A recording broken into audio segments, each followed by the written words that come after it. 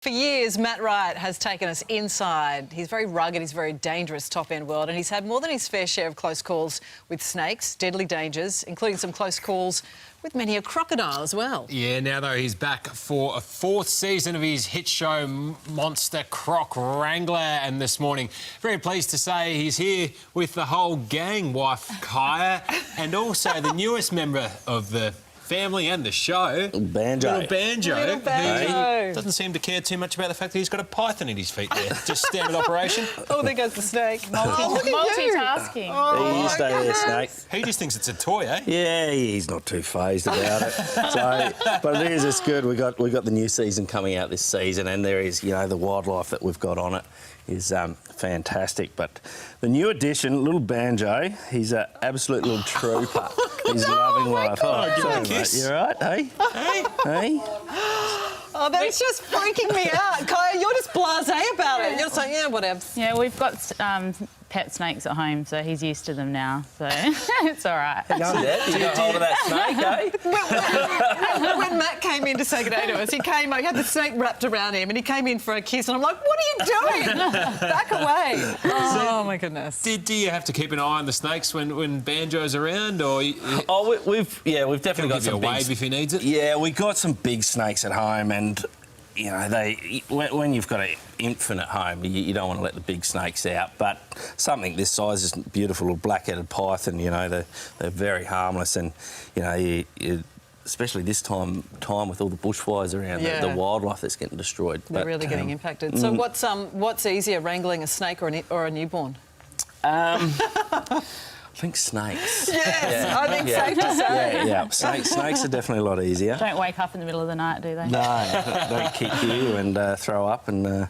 do you, mate, hey? He's going well, though, Kai, or he's good? Yeah, he's been really good. I mean, we travel so much, so he's just coming along on the adventure and getting used to it. And we have snakes at home, so it's good to get him used to them earlier, you know, so he knows what he's in for. Kai, I couldn't help but notice you've got a snakeskin belt on there. Is that a former pet? No. It's fake. Oh, okay. Just had to clear that. You're all right, mate. You're safe. It's okay. He's looking nervous. I mean, Kai, Matt does do some crazy stuff for work. Yeah. I was interested to see a recent interview where you said, it's just like your hubby going off to be an accountant. Like, you see it as his normal line of business. You don't get too worried about it. No, I think I'd be worried if he was going to an office every day. Words aren't his strong point, but... He'd get up to more trouble, you reckon? Yeah, but crocs and choppers, he's right at home. So, yeah, it's just part of the job, isn't it? It's freedom up there.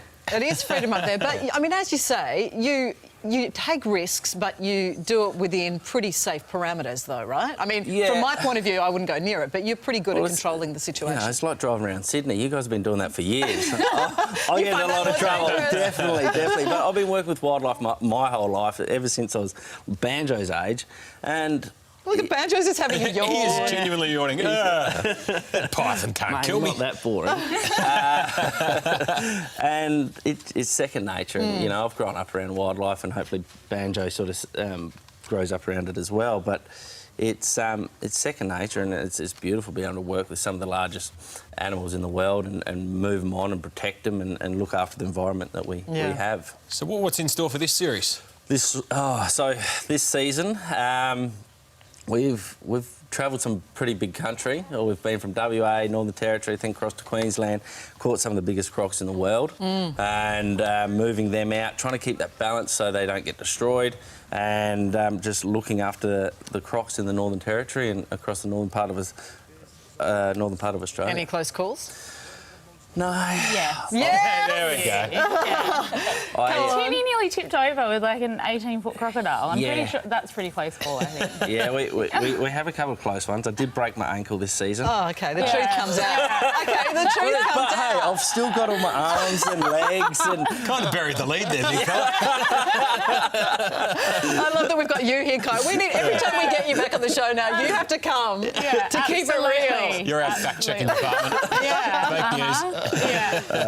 Yeah. We had to go fill some rhinos over in Africa. Africa, and just before I went, a big crocodile slammed my leg and snapped my ankle. So the next 3 weeks of filming in Africa was sort of hobbling away. Catching rhinos with 1 foot. Oh my goodness. Okay, what could possibly go wrong? Yeah, Well, exactly. as you say, you are here with us, thankfully. That is great. And so lovely to finally meet Banjo, to have you all, the whole family in here. It's wonderful. You're great parents, and he's very chilled. Hey, mate.